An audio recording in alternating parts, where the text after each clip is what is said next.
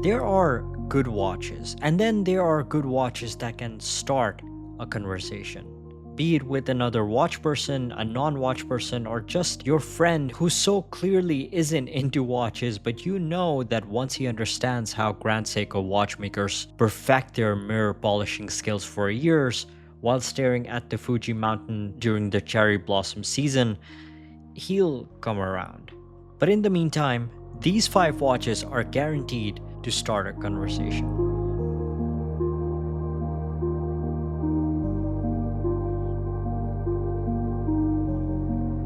Visit Swiss Connection Watches for new and pre-owned watches, link in the description below.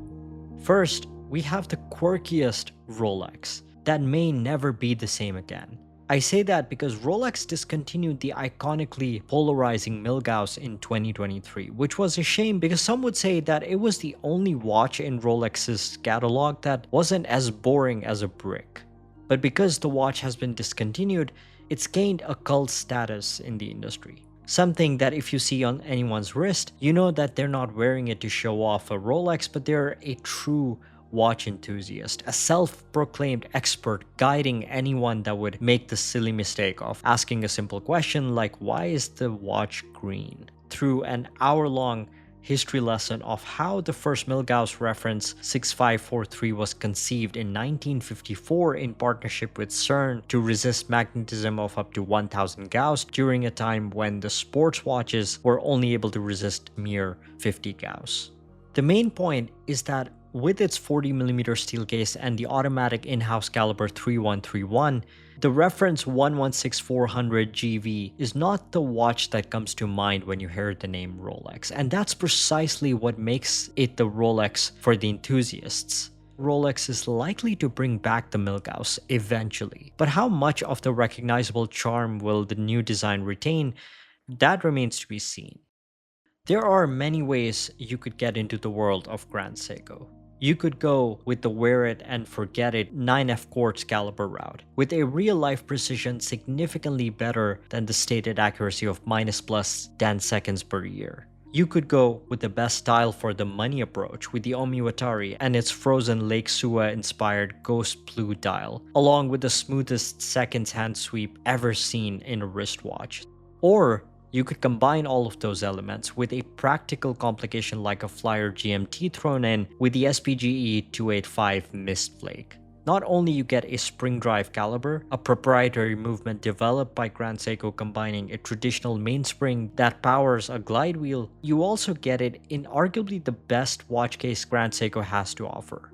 The Evolution 9 high-intensity titanium case in 41mm acts as a perfect canvas, highlighting the brand's pursuit for perfection in terms of both the finishing and the overall form. Where watch cases are often metal shells that lack any sort of meaningful identity, the Evolution 9 case is one of those rare instances where it has become almost iconic. These retail for less than the cheapest Omega Speedmaster Professional variant, and pre-owned, they can cost as much as a new Tudor, making me think every day why I still don't own one of these.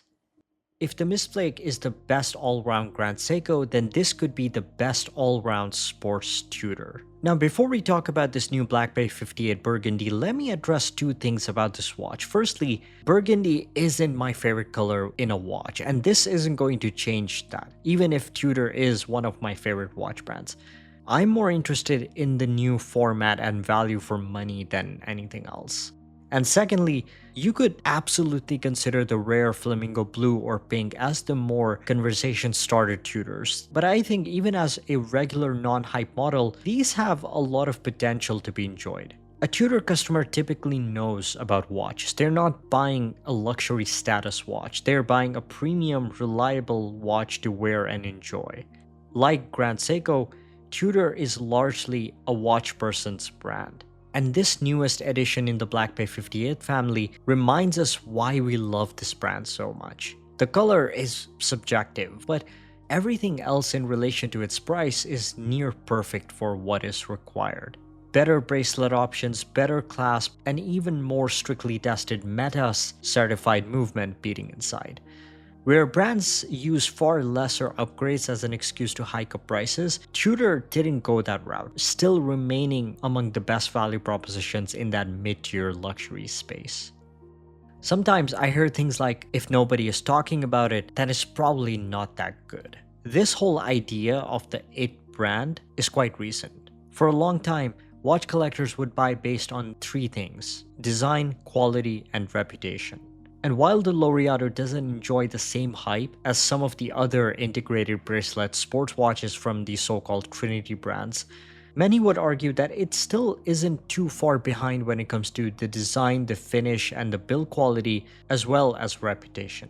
But even though it was first released just 2 years after the Royal Oak and even before the Nautilus, its lack of strategic marketing and a strong designer name behind it made it not as popular as the other integrated bracelet watches from competitive brands.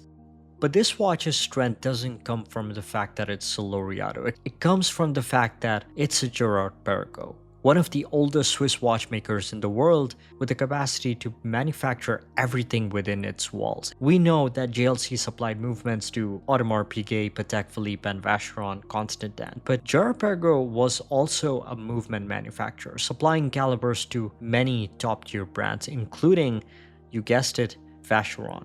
The first generation of the overseas, released in 1996, used the GB caliber 3100 as its base.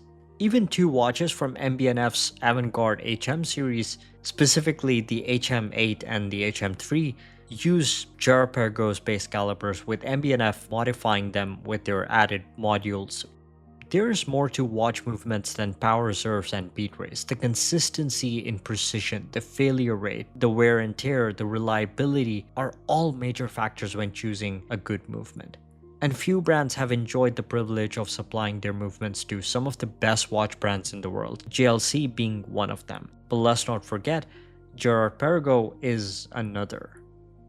Number 5 isn't about any watch in particular, but about a much bigger idea. Where legacy brands with centuries-old stories give them household recognition, they also tend to be slower to innovate, slower to react to trends, essentially because many of them have over 100 years of design archives at their disposal.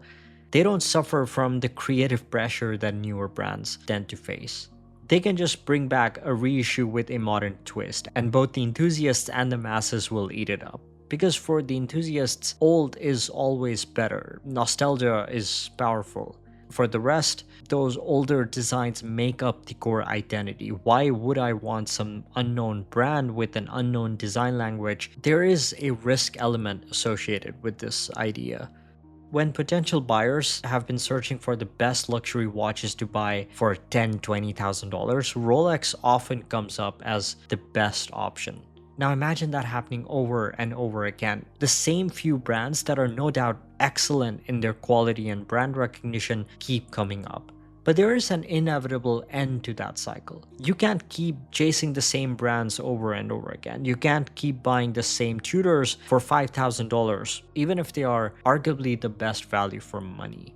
There comes a time when every collector misses the adventure in watch collecting, trying something new for the first time. And when you've been in this hobby and have seen every mainstream brand's catalog, there's only one place to find that new sense of discovery, that sense of adventure. And that's with newer micros and independent brands.